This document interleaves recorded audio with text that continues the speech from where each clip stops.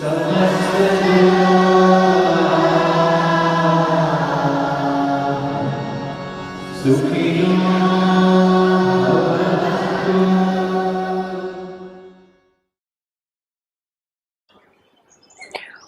to the jungles of Rishikesh and Mantras for Peace with Seane Corn. It's a pleasure to have you. Thank you very much. Yeah. So I know that a lot of your work focuses on inclusivity, and one of the big thrusts of the Mantras for Peace project is to encourage people to go outside of themselves with their practice and transform a part of their daily practice to embrace and include all beings in all the worlds. So I wonder if you'd like to talk about inclusivity. Well, I think what's most important is to recognize, I can only speak as a white woman of privilege, where it is a part of the dominant culture to create separation. It's normalized in the dominant culture because we benefit from that oppression. We're often complicit to it, even within the unconscious. And I think that the first key to healing is accountability, is for those of us who are part of the dominant culture to recognize the ways that we benefit, the ways that we're complicit, the ways that we participate in that separation, and then work towards actively changing it within ourselves. I don't think it's appropriate for us to just say, well, I want more diversity, I want more inclusivity, so where are my indigenous people? Where are my people of color? That's still hierarchical, it's arrogant. It doesn't serve that broader picture of recognizing, actually, how have I been responsible for the divisions that exist? And more often than not, it's not even in the conscious. It's very much internalized, the way in which we separate. Racism, bias, discrimination, stereotyping. This is not our rational mind wants to say, like, no, that's not me. I'm not biased. I'm none of that. But because there's no separation between the mind and the body, I'm not just Seane. I'm my grandmother. I am my great-grandparents. I am my religion. I am my culture. And I am all the ways in which they divided, which they separated because of their bias. So in moments of stress or overwhelm, I'm going to revert not to my rational brain, but to my primal brain, which is going to operate from fear. And that's the moment that we create separation. And so I think that what we need to do is normalize the ways in which we participate in any ism, whether it's racism, sexism, homophobia, transphobia, ageism, ableism. And instead of pretending, being ashamed, like, oh, that's not me, because that's not spiritual, it's like, actually, it's embodied, it's a reality, and the only way to change it is to take accountability for it, and then notice when it comes up and work actively towards shifting it within ourselves. After that, I just feel that the environments then we create magnetize more inclusivity, magnetize diversity, because they're safer spaces. And so I'm one to actively change what's happening within me that participates in separation. And that is the most courageous work that we can do right now. And inclusivity will follow. Diversity will follow. Yeah, so what I'm hearing you say is that the first responsibility, the first action point is to create awareness of what's unconscious within us. Yes. And that's essentially the work of your yogic practice. It's the bravest. It's so much easier for me to say, like, well, they're racist and they create separation and they're sexist. Yeah. And not be willing to own it within myself. I can't be exempt from any of that. Yeah. It's just impossible because I'm not enlightened, and I come from a culture that participates in colonization for eons. And so I've got to be aware of that within myself. And again, I can only speak from the white person experience. Yeah. And so that's what this conversation is. And to me, that is the work. The work has got to be accountability. Otherwise, I'm just arrogant. And then I can also challenge the status quo to support creating more inclusivity. And that includes decentralizing myself. And what that means is that, let's say I get an invitation to do maybe even perhaps something like this. Yeah. My then question for whoever's hosting it is, how many people of color are going to be interviewing? What about people with varying abilities? What about people of varying sexualities? Has that been taken into consideration? And perhaps not doing things unless there's an agreement. Or if I've been asked to be photographed or something, to say, well, how about not using me? There's this other teacher that I think would be amazing. And maybe that particular teacher is a person on the margins. And now getting that maybe the corporation would be like, yeah, but they might not sell magazines, or they might not be able to sell this brand. To say, well, all right, how about we work side by side then? And you highlight the work that they're doing, and at the same time, I'll do this as well as. So decentering myself in certain environments and inviting more inclusivity as a result. Again, that's what's really important, is using my positionality, using any influence or authority I have to invite change. Yeah. That is something else that I can offer. Yeah, I wholeheartedly agree, and that's one of the reasons I wanted to invite you to this conversation, is that people who look like you or me often don't realize the degree to which we have benefited, because we haven't been educated about the history. So the version of the history that we've gotten is that America the Beautiful and land of the free and all kinds of issues around race and also gender. We just don't get that message. I wasn't raised with that message, so I've had to take time to educate myself and be hip to it. And of course, traveling and becoming a global citizen is really helpful in that. Yes, it is. But I guess for people who have not had the privilege of traveling and being immersed in other cultures, I'm curious. What would you say is the first step towards awakening to the global situation and removing some of those unconscious biases about? Probably reading Black authors right now.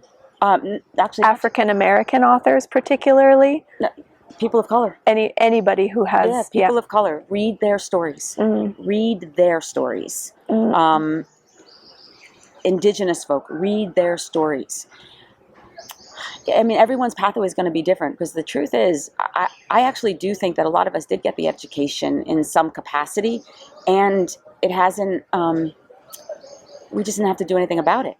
Yeah. And actually, to take accountability and responsibility meant that there would be certain liberties that wouldn't be, we'd have to give up. We don't want to give them up, share power. No, we're doing just fine. Yeah. And that's, again, in the unconscious. Yeah. And so I think it's way more complex. But for people who really do want to begin to wake up and see that in order to really be able to live and say we are one, we have to also be able to recognize the ways in which we are not the same. Yeah. It's easy for someone like me to say we are one, because, again, I benefit from that. But I can walk down the street hand in hand with my partner, and no one's going to beat us up. I can get a visa anywhere in the world I want to go. I never have to walk into a store and wonder if the security is going to be looking at me for shoplifting. These are unearned advantages that I have simply from being born white. And I have to be willing to recognize those unearned advantages and then look around me and see who's not benefiting from this, and then learn from their stories. Read their books. Find out about their grandparents. There's a great book that I would recommend, White Fragility. I cannot remember the author right now, But White Fragility is an excellent book to read that really helps to unpack a lot of just that, the ways in which we as the dominant culture just keep the veil over us, and how we benefit from not having to look. And once we do, how, we get so scared and sad and like guilty, and how that really doesn't benefit anybody. And so there's that. There's Read the New Jim Crow, also an excellent book. There's a book by Michelle Johnson, Social Strategies, I can't remember, but it's a book on yoga and social justice and strategies that can help us to be able to engage with justice, but through that yogic lens.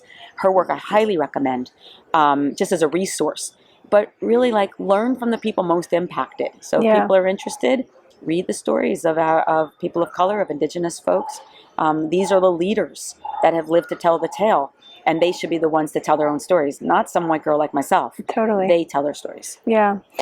I'm also curious, you're roaming around in the global yoga community, you do have a platform. How do you personally handle it when you are confronted with a spiritual bypass? Like, it's all one, or it's all love and light, or because that comes up a lot. Yeah, it does. Well, I mean, that's not. Luckily, I think at this stage in the game, people know my work enough to know that I'm deliberately confrontational within the practice of yoga, and that detachment is just another word for dissociation. And when someone like myself who does trauma-informed yoga, the last thing we can do is bypass. It's detrimental to one's development, and it's so encouraged, not just in the spirituality communities, just everywhere, that avoidance.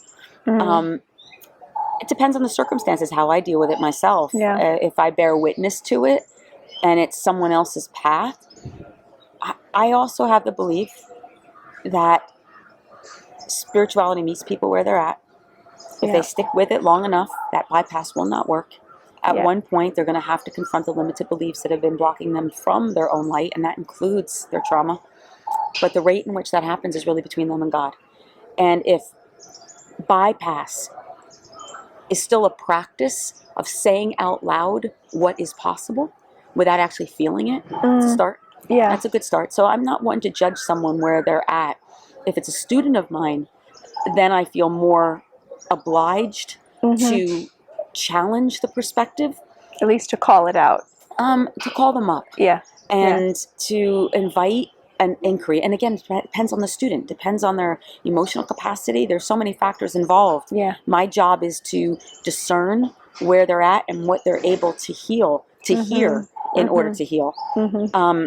If it's someone inviting, if I'm sharing something about myself and someone says something like that, encouraging me to bypass, then it's a different story. Then I have responsibility to my own healing, to draw a line that I don't invite that rhetoric, because for me it's unhealthy. I would love to bypass. Nothing would make me happier. And I just have a glass of wine and forget about it all. That's not what I signed up for. And so I don't encourage that when including my own senior teachers, I have to push back at them and say, like, in this day and age and with the paradigm that exists, that we don't get to heal until we feel. And that might include our rage, and it might include our shame, and it might include our deepest grief, and it needs to be named. Otherwise, it's an energy that will eat us up alive. I'd rather be in relationship with that energy, so that when it does come up, and it will, that I can recognize it, honor it, and not let it run the show. But if I don't acknowledge it and bypass, it'll find a very sneaky way of engaging with the world, and that's not useful or helpful to anyone. So it does always come back to that point of, first of all, awareness. If we don't have awareness, we can't change anything. If we're not willing to listen to what's really going on under the surface, we have no hope of empowerment, right?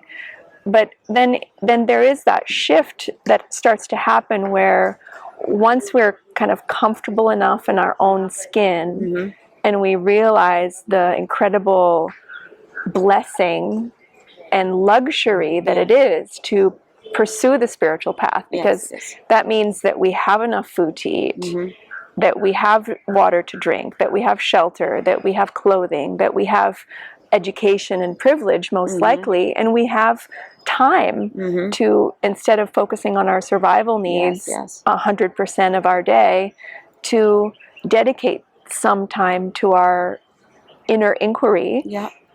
And then, you know, kind of once, you know, you get part of getting yourself right is realizing that yourself is everyone. Right? And I think that's the shift that I'm making, you know, where I realize that at a certain point, my bliss wasn't enough. You know, like, I can be, you know, absorbed in the ananda for hours, but then what? You know, if someone else is suffering,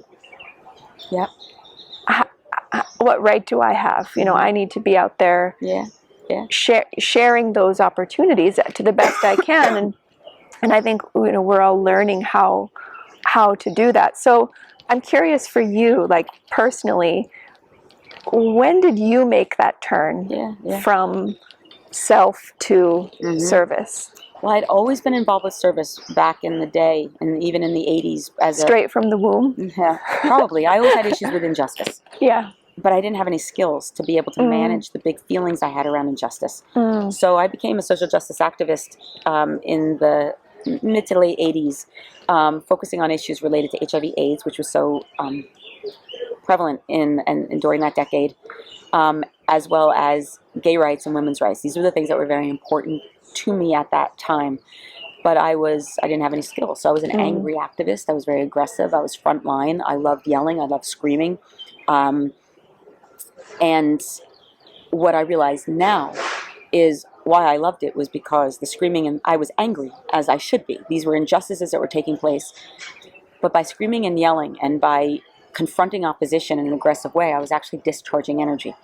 So I would feel amazing when a rally would be done, but I hadn't processed my anger. All I had done was temporarily released it.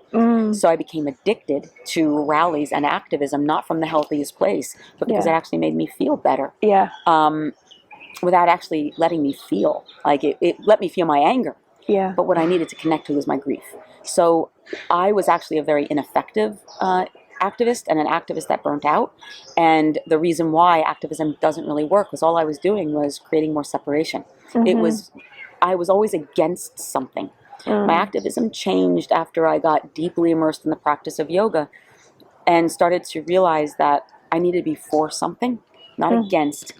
And that's so powerful. Can you just say that one more time? I needed to be for something, not against. Because being for something creates relationship. It creates inclusivity. Opportunity, dialogue, compassion, empathy. And positive vision. There's movement. Whereas against, there's a wall. And I realized that I had developed through the practice of yoga skills that when I would get triggered, and I still get triggered, but in the moment when I feel the impulse of the injustice move through my body, which is personal, and when I feel the rage, I'm able to resource, feel my feet on the ground, breathe, stay present, see the humanity that's in front of me, and then communicate based on that shared humanity. But acknowledge the trigger. Be like, oh, there you are. All right. Hello, my friend. My rage is also my passion. It's my action. So I don't want to kill it. I want to be in relationship to it because it's so deeply attached to my instincts. But I can't let it run the show. Yoga taught me how to feel it in my body. So like heart beating, redness in my chest, tight mouth. It's like, I'm pissed. Do not say a word. Breathe. Move this energy through your body and then communicate from what's underneath that rage. And see if you can find that shared humanity. Yoga was what it allowed me to do that. And that started around in the late mid-90s is when I started to reintroduce myself to service in a different way. and also use my platform, which I didn't have when I was young. I didn't have a platform to raise money, to raise awareness, to use my voice in other ways rather than on the front line. And there's so many different ways to serve at different times in your life. Like, it's easy for me to jump on a plane and come overseas and do service work. My service work looks glamorous. But my partner, who was, now the kids are older, but who was a single parent to his children, he couldn't get on a plane with me. He needed to take care of his kids. He needed to feed his kids. He needed to get his kids to school. That was his service, to make sure that he was raising the most integrated, loving, healthy, mindful children possible. But that's often not considered activism or service. It's kind of pushed on the sidelines. And so we have to recognize that anything that supports the peace, the love, the goodwill of all of mankind is a specific service and should be honored and valued. And so, and be open to the ways in which it changes. Now all of a sudden the kids are grown and now Al is all like, let's get out there. I'm like, actually, I'd like to retreat a little bit. Can we swap? Yes. And find other ways to be of service to the planet that doesn't require me getting on planes. And, I'm with you there. So, my service continues to evolve, but I will say it is the single most important thing that I do within my yoga practice. If my mantra is, there's a few mantras I have. One would be that, the Buddha said it essentially, but many have said it, but no one can be free until we're all free. And that our liberation is bound. My liberation is dependent upon yours. So if I'm committed to the yoga practice and what my work is to become liberated, then I recognize that my practice then doesn't exclude the perceived other. It doesn't exclude animals. It doesn't exclude the planet. And so my service has never been selfless. It's like, oh, I see. This is as important as rolling out my yoga mat. This is important as pranayama. This is as essential as any other aspect of the asana practice I've been so committed to. If I'm looking for an opening to the samadhi, to enlightenment, to that true bliss. So, and sama is together, right? So there's no singular, it's a whole. So that's what my hope is to use my platform as a way to help to develop leadership, to give them the inside out tools, to do the work necessary planetarily, to help to be more inclusive in the work that they do and the choices that they make, but not to do it from just blind passion, but just to really recognize the internal commitment that is required, the organization that has to happen, and to do it as mindfully and as intentionally as possible. I think one of the things, and we're in the Mantras for Peace project, we're encouraging the use of mantra as a yoga tool to help support that mind shift and also to create the resonance within ourselves and send that, through the principles of sound healing, because the sound travels everywhere, to increase the volume on the peace channel so that can, in the subtle body or in the subtle plane, help to touch someone. And obviously the voice, both literally, the sound of your voice, and also figuratively in terms of bringing up, each of our personal passion and our unique voice, because all of us have unique traumas and therefore unique niche of service. So I wonder if you could just talk a little bit about voice and what a voice for peace means to you. Well, that's always very interesting because on a personal level, I have a strong New Jersey accent. My voice is very assertive. It's very aggressive. I've never, in terms of my teaching, if I hear criticism about my teaching, it has to do with my voice. And there's no middle ground. People either love the tone of my voice and its rhythm or hate it. in the middle at all. Right. And you've gotten that for years. Oh, since the very beginning. Yeah. In the beginning, when I first started teaching, I was very self-conscious about my accent because it was even thicker than it is today. Because I was fresh. I wasn't living in California that long. It was still fresh. And it wasn't yogic. It was not a yogic voice. I would listen to other teachers who had the edges of every word was just sanded down, and everything just was so smooth. It's like they're ready for recording a meditation, soothing meditation CD at any moment, right? And I speak a mile a minute with this thick accent that punches every consonant, that drops consonants. I can't even say the word kitten. We don't say our T's. And it was at first I was really self-conscious. Yeah. I took phonetic lessons, not voice lessons, but phonetic lessons to learn how to enunciate, because that was, again, it's a regional issue. Sure. But learning how to enunciate was very important for me. And then I had to accept that my regionalism, the tone of my voice, it's embodied, it's who I am.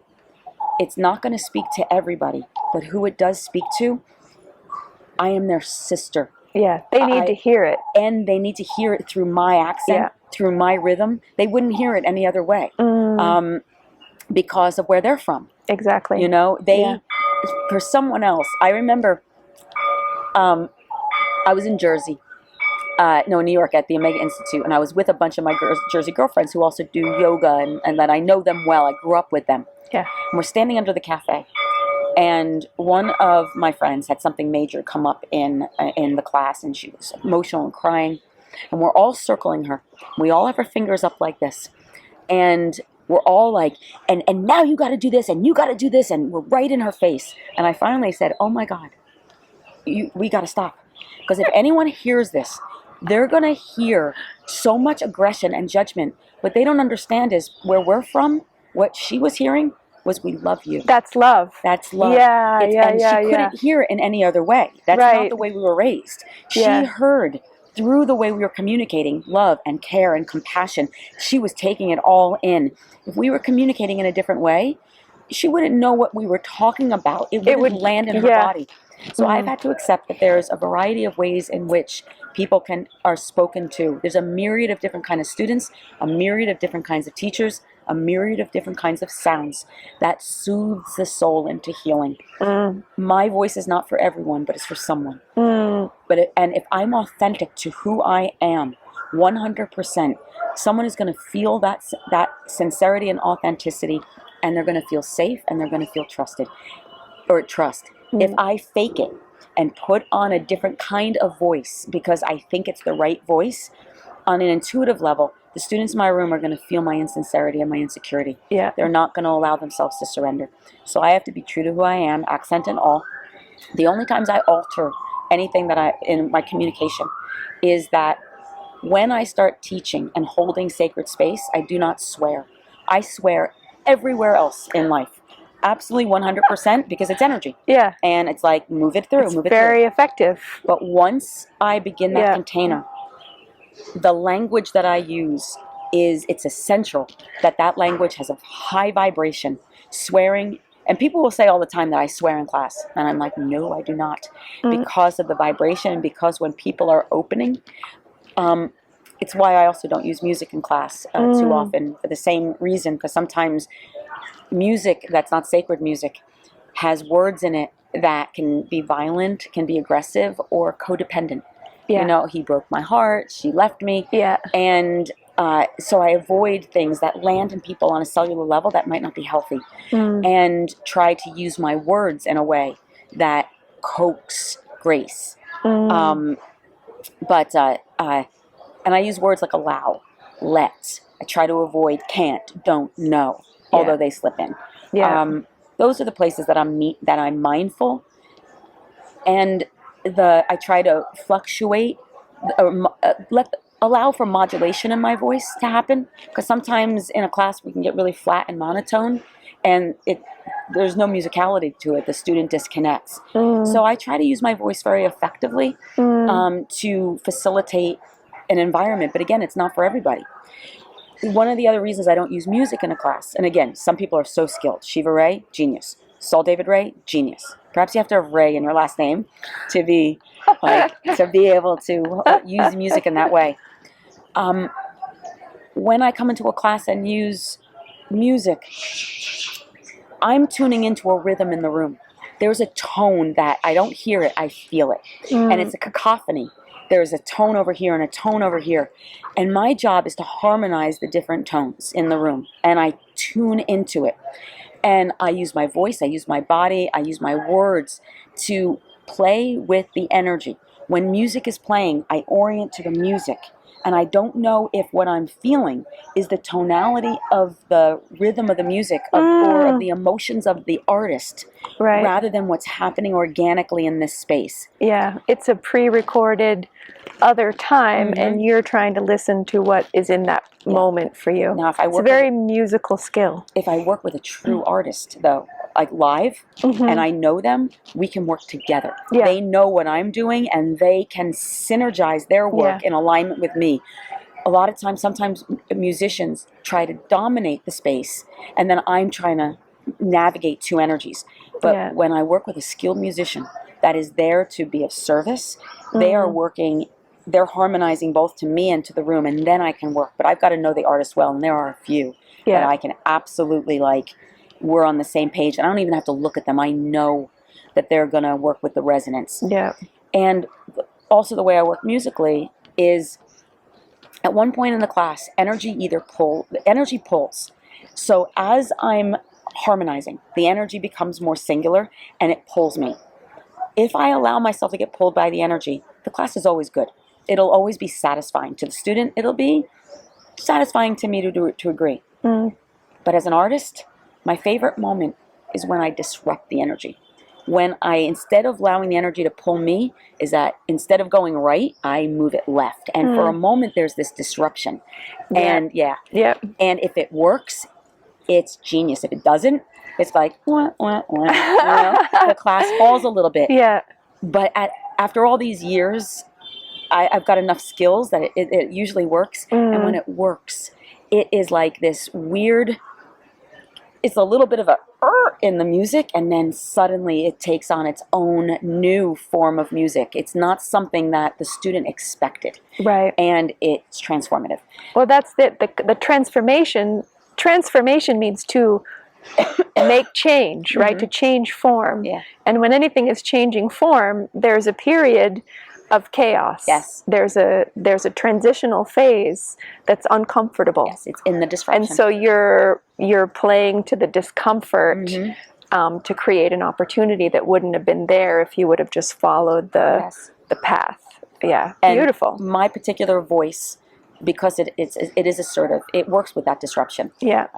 It has enough authority within it to challenge the student to come with me. If I change it, I lose that capacity. Yeah.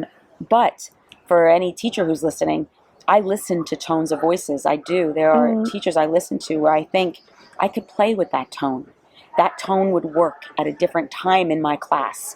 That it might actually be soothing. It could, it's grounding. There's lower tones that they use that I've learned how to use as well, and rather than stay in the one cadence.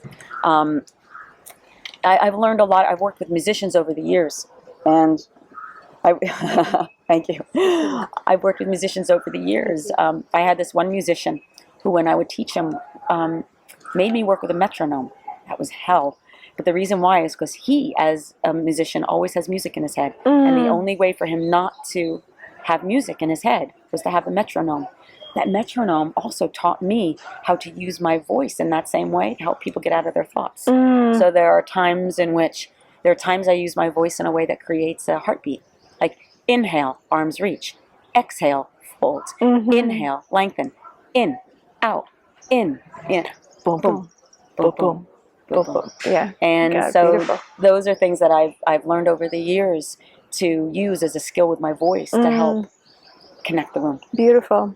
Well, I think the point that you made about your voice having you didn't use this word, but I'm going to use the word medicine. Yeah. Like, you have because of you and the whole composite of your life history, when you're using your voice in service to others, that is a medicine that is absolutely unique and has a resonance, like you could even say maybe like a homeopathic resonance that can vibrate in sympathy with people who have a similar composite to you.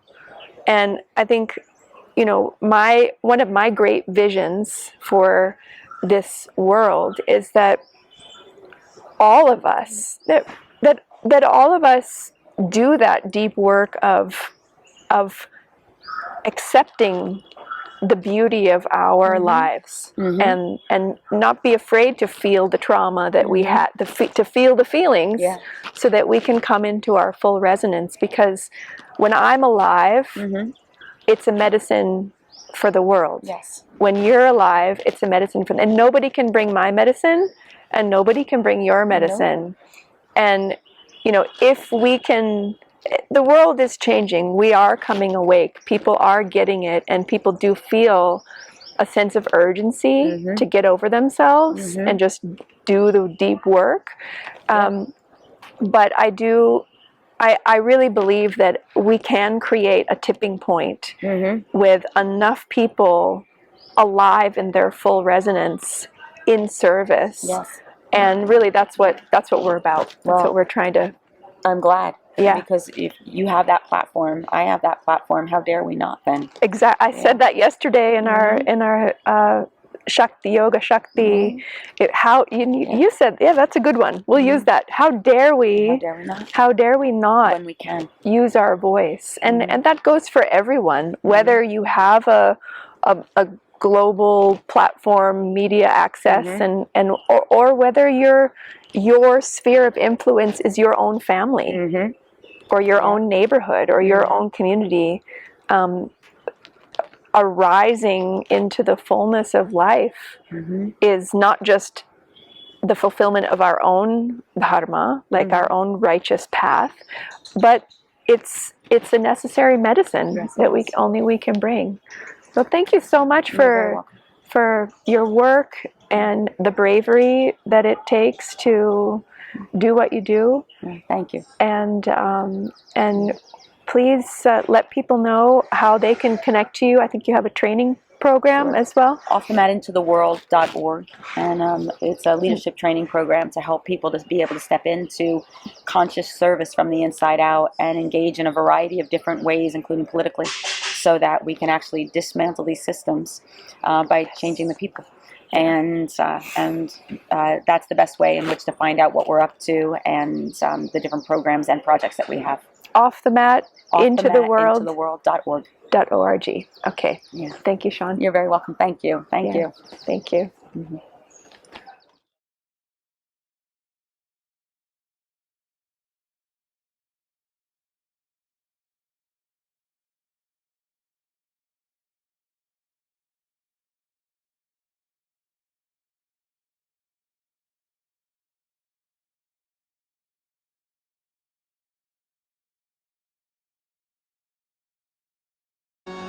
Om